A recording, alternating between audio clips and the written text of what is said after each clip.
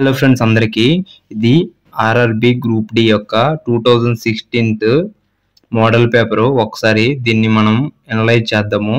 ఎలా ఉందో చూడండి. బిట్స్ అనేవి ఎలా వస్తున్నాయో అబ్జర్వ్ చేయండి. క్రింది వాటిలో మలేరియా వ్యాధిని వ్యాపింపజేయున్నది ఏమిటి అని అడిగాడు. 1 మగ క్యూలెక్స్ దోమ, 2 ఆడ క్యూలెక్స్ దోమ, మగ ఎనాఫిల్ దోమ, ఆడ ఎనాఫిలిస్ దోమ అని అడిగాడు. అయితే మనకి ఇక్కడ ఇంతకు ముందులాగా బబ్లింగ్ అయితే కాదు కాబట్టి మనకి కంప్యూటర్ బేస్డ్ ఎగ్జామ్ కాబట్టి ఇక్కడ మనకి ఆన్సర్ వచ్చేసరికి ఆడ ఎనాఫిల్ దోమ అనమాట. ఆన్సర్ 4 ఇక్కడ ఆడ ఎనాఫిల్ దోమ. నెక్స్ట్ క్రింది వారిలో గ్రాండ్ ఓల్డ్ మ్యాన్ ఆఫ్ ఇండియాగా పేర్కొన్నవారు ఎవరు అని అడిగాడు. ఆన్సర్ వచ్చేసి దీనికి దాదాబాయ్ నవరోజీ. దాదాబాయ్ నవరోజీ అని ఆయన గ్రాండ్ ఓల్డ్ మ్యాన్గా మనకి ఇండియాలో పిలుస్తారు. ఈయన పేరు మనం బాగా గుర్తుపెట్టుకోవాలి. నెక్స్ట్ ప్రస్తుతం భారతదేశ న్యాయమంత్రి ఎవరు అని అడిగాడు. అంటే ప్రస్తుతం అంటే అది 2016 కాబట్టి ఆ టైంకి ఎవరైతే ఉంటారో ఆ వ్యక్తిని మనం న్యాయమంత్రిగా మనం ప్రకటిస్తారు. కాబట్టి అప్పట్లో ఉన్న వ్యక్తి సదానంద్ గౌడ్. అంటే ఇది ఎప్పుడు 2016 టైంలో. అయితే ఈ బిట్స్ కూడా ఒకసారి ఏంటంటే మనం భారతదేశ న్యాయమంత్రులు ఎవరు, నెక్స్ట్ ఏంటి ప్రసిద్ధ పేర్లు ఎవరైతే ఎక్కువగా ఉన్నాయో అలాంటి వారి గురించి మనం ఎక్కువగా తెలుసుకోవాలన్నమాట. ఇది జస్ట్ ఏంటంటే ఆ మోడల్గా ఎక్కువగా వస్తూ ఉంటాయి. ఇది వచ్చేసి మనకి జీవశాస్త్రం సైడ్ వస్తూ ఉంది. మలేరియా వ్యాధులకు సంబంధించిన విషయాలు తెలుసుకోవడానికి ఈ బిట్ అనేది మనకి యూజ్ అవుతుంది. అలానే ఇది ఏంటంటే ప్రముఖులు వారి యొక్క మరొక పేర్లు, వారికి ఏమైనా గుర్తింపులు ఉన్నా, నెక్స్ట్ వారి యొక్క బిరుదులు, ఇలాంటివన్నీ ఇలాంటి బిట్స్ అన్నీ కవర్ అవుతున్నాయి.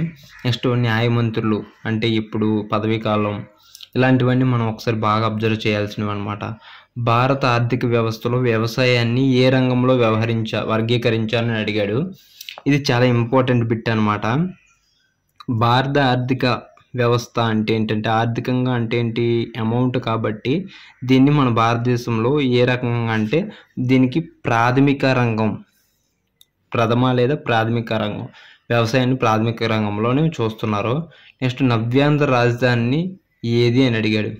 నవ్యాంధ్ర రాజధాని అంటే మనకి అమరావతి అవుతుంది.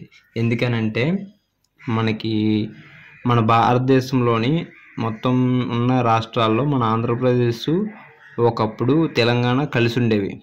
అప్పుడు ఈ రెండు విడిపోయి ఒకటేమో తెలంగాణ ఒకటేమో ఆంధ్రప్రదేశ్ విడిపోయాక మనకి రాజధాని కావాలి కాబట్టి మనం అమరావతిగా ఎంచుకున్నాం.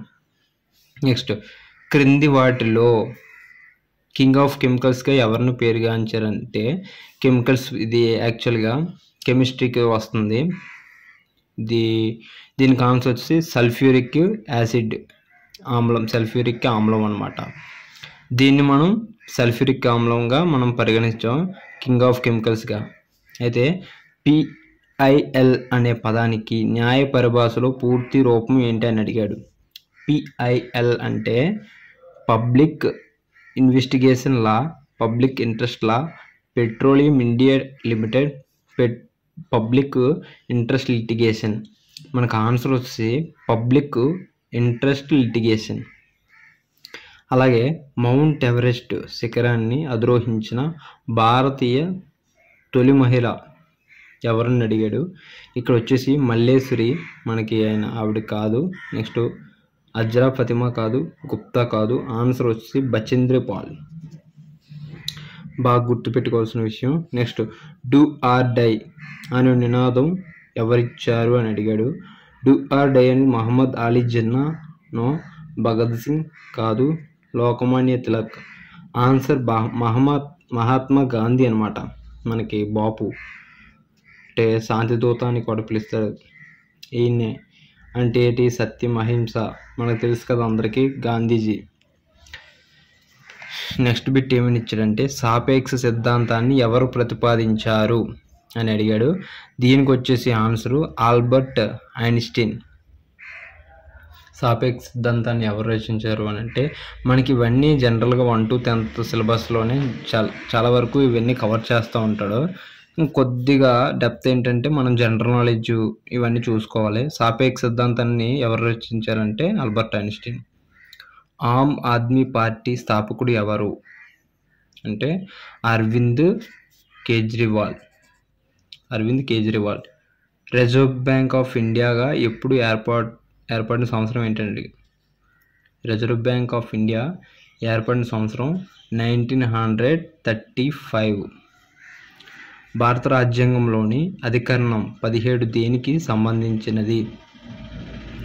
చాలామంది ఏంటంటే ఇవి అధికరణలు 17 ఇప్పుడు మన ఆర్టికల్స్ ఉంటాయి కదా, వీటిని మనం ఇవి ఎక్కువగా అడుగుతూ ఉంటాడు. కొంచెం మనం జాగ్రత్తగా అబ్జర్వ్ చేయాల్సింది. దీని అస్పృశ్యత నివారణ అనే దాంట్లో మనకి ఆర్టికల్ 17 చెప్తుంది. ప్రపంచంలోకే అత్యధిక వర్షపాతం ఉండే ప్రదేశం. ఇది చాలా ఇంపార్టెంట్ బిట్, ఎక్కువగా రిపీట్ అవుతుంది. ఇది 1 చిరపుంజి, 2 ఇంపాలు, 3 గాంగ్టాక్, 4 కోహిమా. ఆన్సర్ వచ్చేసి చిరపుంజి అనమాట. ఇది ఎక్కడ ఉంది అని అంటే మేఘాలయలో ఉంది. నెక్స్ట్, మన రాష్ట్ర గవర్నరు అధికార నివాసం ఏది? 1 royal house and Rashtrapati Bhavan, Teen Murti భవనం. దీని ఆన్సర్ వస్తే రాజ్ భవన్. మనకి రాష్ట్ర గవర్నర్కి రాష్ట్ర భవన్ అనేది ఇస్తారు. సమాచార హక్కు ఒక డాష్ హక్కు అని అడిగాడు. ఇది ప్రాథమిక హక్కు, న్యాయ హక్కు, నెక్స్ట్ 2 కాదు, చట్టపరమైన హక్కులు, నెక్స్ట్ ప్రాథమిక హక్కు, ప్రాథమిక మరియు చట్టపరమైన హక్కు అని అడిగాడు. దీనికి ఆన్సర్ వచ్చి చట్టపరమైన హక్కు. సమాచార హక్కు అంటే మనకి ఏదైనా ఒక సమాచారం తెలుసుకోవడం అనేది మనందరికీ ఒక హక్కు, కాబట్టి ఆ హక్కు ప్రతి ఒక్కరికి ఉంటుంది. దీన్ని వచ్చేసి మనకి ఎందులో ఉంటుందంటే చట్టపరమైన హక్కులోకి వస్తుంది. క్రింది ఏ అలోహం విద్యుత్ వాహకం కాదు అని అడిగాడు. అయితే కర్ర బొగ్గు అయితే కాదు, వజ్రం కాదు, బొగ్గు కాదు. ఆన్సర్ ఏంటంటే విద్యుత్ వాహకం అని అడిగాడు కాబట్టి లెడ్ అవుతుంది. నెక్స్ట్, IMF పూర్తి రూపం ఏంటి? IMF అంటే ఇండియన్ మానిటరీ ఫండ్. ఈ ఇండియన్ మానిటరీ ఫండ్ దీని ఆన్సర్ వచ్చి ఇండియన్ మానిటరీ ఫండ్. బాగా అబ్జర్వ్ చేయండి. ఇవన్నీ మనకి ఎక్కువగా రిపీటెడ్గా వస్తున్న బిట్స్ అన్నమాట.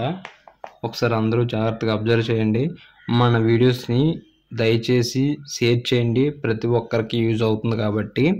అలానే మన ఛానల్ని సబ్స్క్రైబ్ మాత్రం మర్చిపోవద్దు. ఖచ్చితంగా సబ్స్క్రైబ్ చేయండి మన వీడియోస్ అన్నీ కూడా. ఇంకా మన ప్లేలిస్ట్లో ఉంటాయి మన వీడియోస్. ప్రతి ఒక్కరు షేర్ చేసి లైక్ చేయండి ఫ్రెండ్స్. Thank you.